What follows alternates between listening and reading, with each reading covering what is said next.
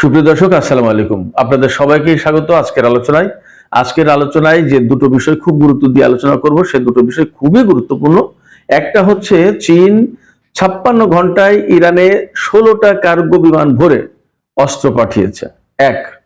আর দুই হচ্ছে, আমি আপনাদেরকে 2 দিন আগে বলেছিলাম যে রাশিয়া এবং চীন ইরানকে ছেড়ে যাবে কিনা, বা এইরকম জরুরি পরিস্থিতিতে বা বিপদের দিনে ইরানের পাশে থাকবে কিনা, এই বিষয়ে নিয়ে আলোচনা করব। এর সাথে আপনাদের বিশেষভাবে জানানোর চেষ্টা করব যে ইরানের উপরে আমেরিকা হামলা চালাতে যাচ্ছে কি যাচ্ছে না। আমরা খবর পাচ্ছি আমেরিকা যে যুদ্ধ জাহাজ ইউএসএস আইজেনহাওয়ার, সম্ভবত, আমি শিওর না, নামটা এই মুহূর্তে ঠিক মনে পড়ছে না, একটা যুদ্ধ জাহাজ দক্ষিণ চীন সাগরে ছিল, সেই যুদ্ধ জাহাজকে মধ্যপ্রাচ্যের দিকে পাঠানো হয়েছে। অলরেডি আমি সন্ধ্যায় খবর দেখলাম, অলরেডি সেই যুদ্ধ জাহাজ মালাক্কা প্রণালী অর্থাৎ সিঙ্গাপুর পার হয়ে ইন্দোনেশিয়া, মালয়েশিয়ার এই দিকের যে মালাক্কা প্রণালী আছে, এই মালাক্কা প্রণালী পার হচ্ছে। মালাক্কা প্রণালী পার হওয়া মানেই সেখান থেকে প্রশান্ত মহাসাগর পার হয়ে ভারত মহাসাগরে আসবে, এবং সেটা দিয়াগো গার্সিয়ার কাছে অবস্থা নেবে নাকি আরো এগিয়ে গিয়ে ইরানের কাছাকাছি অবস্থান নেবে সেটা পরিষ্কার না। বাট এই যুদ্ধ জাহাজটা আসছে ইরানের দিকে, এটা মোটামুটি সব মাধ্যম থেকে পরিষ্কার।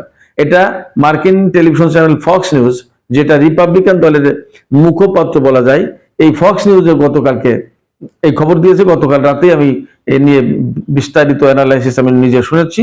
পাশাপাশি আরেকটা কথা হচ্ছে যে আমেরিকা ইরানের উপরে কি ধরনের হামলা চালাতে যাচ্ছে, কিভাবে হামলা চালাবে এবং কি কি অস্ত্র ব্যবহার করবে, এই সমস্ত নিয়ে বিস্তারিত আলোচনা আছে।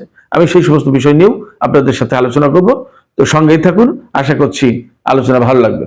প্রথমে বলি যে 56 ঘন্টায় চীন ইরানে 16টি কার্গো বিমান ভরে অস্ত্র পাঠিয়েছে। এই অস্ত্রগুলো বেসিক্যালি ইরানের জন্য ডিফেন্সিভ ইকুইপমেন্ট, অর্থাৎ প্রতিরক্ষামূলক। আমেরিকা যদি বোমা হামলা চালায়, টমাহক ক্রুজ ক্ষেপণাস্ত্র চালায়, তারপরে বিমান হামলা চালায়, তাহলে যা দিয়ে ইরান নিজেকে রক্ষা করবে সেই রকম কিছু প্রতিরক্ষামূলক সরঞ্জাম। এর ভিতরে যত বেশিরভাগই বলা হচ্ছে যে H-16 এবং H-17E ক্ষেপণাস্ত্র প্রতিরক্ষা ব্যবস্থা, এই দুটো ক্ষেপণাস্ত্র প্রতিরক্ষা ব্যবস্থা বেশি। এর সাথে সাথে রয়েছে ক্ষেপণাস্ত্র এবং আদার ইকুইপমেন্ট, সম্ভবত ইলেকট্রনিক ওয়ারফেয়ার আছে, রাশিয়া থেকেও পেয়েছে, চীন থেকেও পেয়েছে। আপনারা কল্পনা করুন যে 16টা কার্গো বিমানে ভরে 56 ঘন্টায় ইরানে এই সমস্ত সরঞ্জাম পাঠানো হয়েছে। এখান থেকে খুবই পরিষ্কার, আগে 2 দিন আগে যে প্রশ্ন আপনাদের কাছে রেখেছিলাম বা আপনাদেরকে বলেছিলাম যে চীন এবং রাশিয়া ইরানের পাশে থাকছে কিনা বা পাশে দাঁড়াবে কিনা, এই ঘটনায় এই প্রশ্নের উত্তর দিয়ে দেয়। অর্থাৎ চীন যে ইরানের কাছে এত বিপুল অস্ত্র এবং সামরিক সরঞ্জাম পাঠালো, এ থেকে পরিষ্কার হয় যে চীন ইরানের পাশে আছে এবং ইরানের পাশে থাকবে, বিপদের দিনে ইরানকে ফেলে যাবে না। কেন ফেলে যাবে না সেই প্রশ্ন আপনাদের কাছে রাখলাম, আমি নিজেও কিছু উত্তর দেওয়ার চেষ্টা করব, পরে আসছি সে আলোচনায়। তার আগে আরেকটু কথা বলি যে চীনের সাথে ইরানের কিন্তু আপনার 25 বছরের কৌশলগত নিরাপত্তা চুক্তি আছে। কৌশলগত নিরাপত্তা চুক্তি, এটা কিন্তু কোনো সাধারণ বিষয় নয়, একেবারেই কোনো ফেলনা ব্যাপার না যে একটা চুক্তি করলাম, এটা মানলে মানলো, না মানলে না মানলো, ব্যাপারটা এমন নয়। এর পাশাপাশি আর একটা কথা আমি আপনাদেরকে বলি, এই ধরনের একই চুক্তি রাশিয়ার সাথে আছে ইরানের, সেটাও 25 বছরের চুক্তি। রাশিয়ার সাথে আগে 10 বছরের বা 5 বছর করে একটা চুক্তি থাকতো, সেই চুক্তিটাকে এখন 25 বছরের কৌশলগত চুক্তিতে পরিণত করা হয়েছে। এবং এই চুক্তি একইভাবে ইরানকে রাশিয়া প্রোটেকশন দেবে, রাশিয়ার পাশে ইরান থাকবে। এবং আপনারা দেখেছি যে ইউক্রেন যুদ্ধে ইরান কিন্তু কামিকাজে ড্রোন দিয়ে রাশিয়াকে হেল্প করেছিল, এবং এই কামিকাজে ড্রোন ইউক্রেন যুদ্ধে রাশিয়াকে ব্যাপকভাবে সুবিধা দিয়েছিল। কামিকাজে ড্রোনের সুবিধা হচ্ছে যে এই ড্রোনটা ছুড়লে, এটা তো তুলনামূলক ছোট, র্যাডারে খুব বেশি একটা ধরা পড়ে না, এবং খুব নিচু দিয়ে উড়ে যেতে পারে, সহজে ধরা পড়ে না, এবং একেবারে আত্মঘাতী হামলা। তো যেটা ড্রোন সেইটাই ক্ষেপণাস্ত্রের মতো, সেইটাই বোমার মতো, অর্থাৎ ওই ড্রোনটা ওখানেই শেষ। সে যে বিস্ফোরক নিয়ে গেল, সেই বিস্ফোরক সহ ওখানে যে তার যে লক্ষ্যবস্তু, সেই লক্ষ্যবস্তুতে আঘাত করবে এবং সেখানে নিজে শেষ হয়ে যাবে, ড্রোনটা শেষ। এই জন্য কামিকাজে ড্রোন নাম দেওয়া হয়েছে, অর্থাৎ আত্মঘাতী হামলা চালাতে অতিশয় পারঙ্গম। সারা বিশ্বে যত ড্রোনের কথাই বলা হোক না কেন, এই কামিকাজে ড্রোন শাহেদ 136 যে ড্রোনটা ইরানের হাতে অত্যন্ত কার্যকর। এবং আপনারা খেয়াল করেন যে এই কামিকাজে ড্রোন কিন্তু কপি করছে, নকল করছে আমেরিকা এখন, যে সারা বিশ্বে কত দেশের কাছে কত রকমের ড্রোন আছে, কিন্তু ইরানের এই ড্রোন আমেরিকা নকল করছে এবং এই ডোনাল্ড ট্রাম্প এই ড্রোন নকল করার জন্য বলেছেন। যাই হোক, তো চীনের সাথে ইরানের যে কৌশলগত সামরিক চুক্তি আছে, সেই চুক্তির আওতায় ইরানকে এই সমস্ত সহযোগিতা দিচ্ছে এবং ইরান থেকে যে বছরের পর বছর বহু যুগ ধরে চীন তেল নিচ্ছে, এই তেল নেওয়ার একটা গুরুত্ব আছে কিন্তু, অর্থাৎ ইরানের অর্থনীতি বাঁচিয়ে রাখার জন্য চীন বছরের পর বছর, দশকের পর দশক ধরে হেল্প করে এসেছে ইরান থেকে তেল নিয়ে।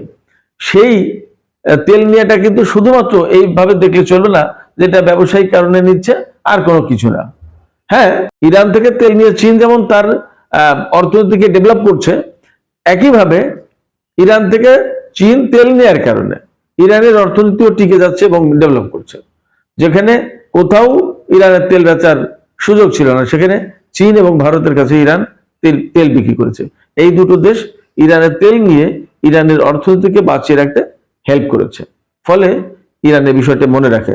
যাই হোক, কথার ফাঁকে আমি আপনাদেরকে আরেকটা তথ্য জানাই। ভারতের সাথে ইরানের অর্থনৈতিক সম্পর্ক অনেকদিন থেকেই খুবই গভীর ছিল। আমি যে বললাম এই কারণে যে ভারত ইরান থেকে তেল নেয়, তাতে ভারতের অর্থনীতি যেমন লাভবান হয়, ইরানের অর্থনীতিও তেমনই লাভবান হয়। ইরানের কাছ থেকে সবচেয়ে বেশি তেল নেয় চীন, তারপরে দ্বিতীয় প্রধান ক্রেতা হচ্ছে ভারত।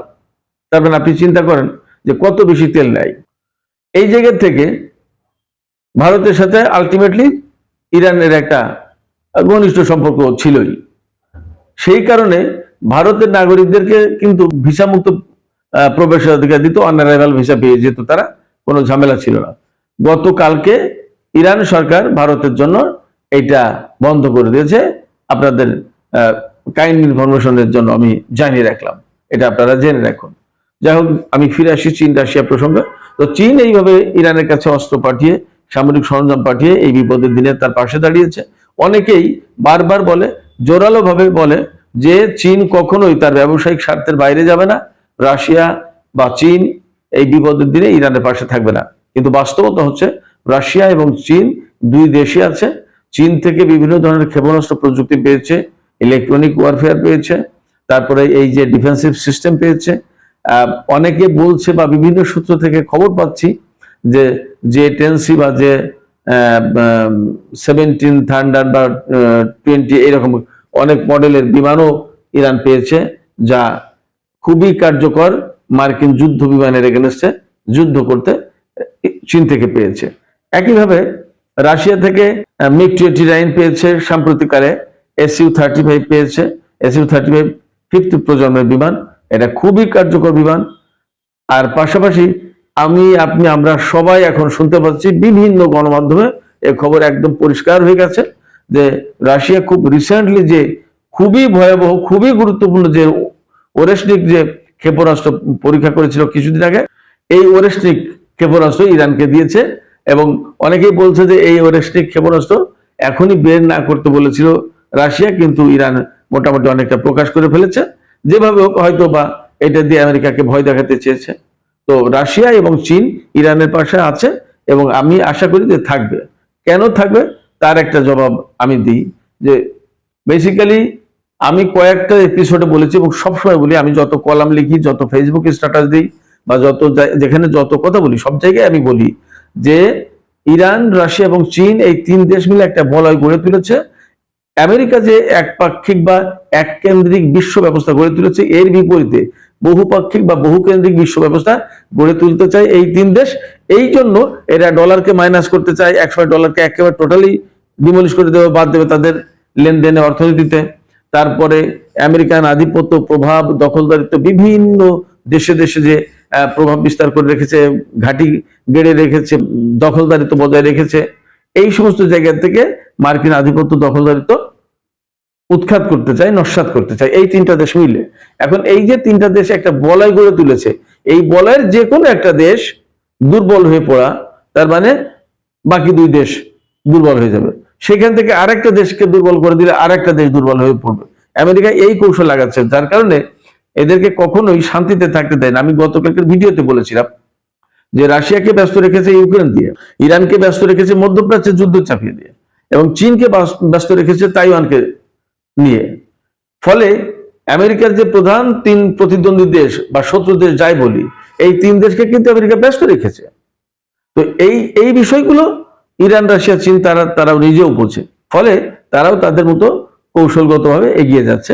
এবং এই মুহূর্তে আমেরিকা যদি ইরানের উপর হামলা চালায়, এবং শোনা যাচ্ছে, ফক্স নিউজেও বললো, আমি গতকালকে শুনলাম, বিভিন্ন মিডিয়াতে আসছে যে America B-52, B-2 spirit, B-1 এইরকম যত বড় বড় বোমারু বিমান আছে, দূরপাল্লার বোমারু বিমান, এই সমস্ত বোমারু বিমান দিয়ে ইরানের উপরে হামলা চালাবে।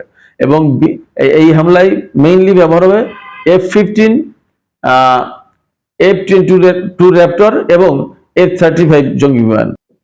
ইরানের উপরে কাতার, সংযুক্ত আরব আমিরাত বা ইরাক এই সমস্ত জায়গা থেকে হামলা চালাবে না, যেহেতু মধ্যপ্রাচ্যের দেশগুলো ইরানের বিরুদ্ধে হামলা চালাতে দিতে চাইছে না আমেরিকাকে। সেই কারণে ইরাক, সৌদি আরব বা কাতার এই সমস্ত বিভিন্ন জায়গা থেকে আমেরিকা তাদের সেনা সরিয়ে নিচ্ছে।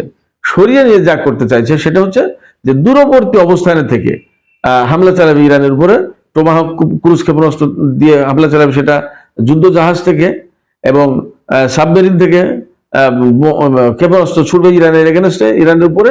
আর ব্যাপকভাবে বিমান হামলা চালাবে। এই বিমানগুলো 1500-1600 কিলোমিটার দূর থেকে ক্ষেপণাস্ত্র ছুড়বে, সেই সমস্ত ক্ষেপণাস্ত্র ইরানের উপরে আঘাত করবে, এবং ভারী ভারী ক্ষেপণাস্ত্র, বড় বড় ক্ষেপণাস্ত্র।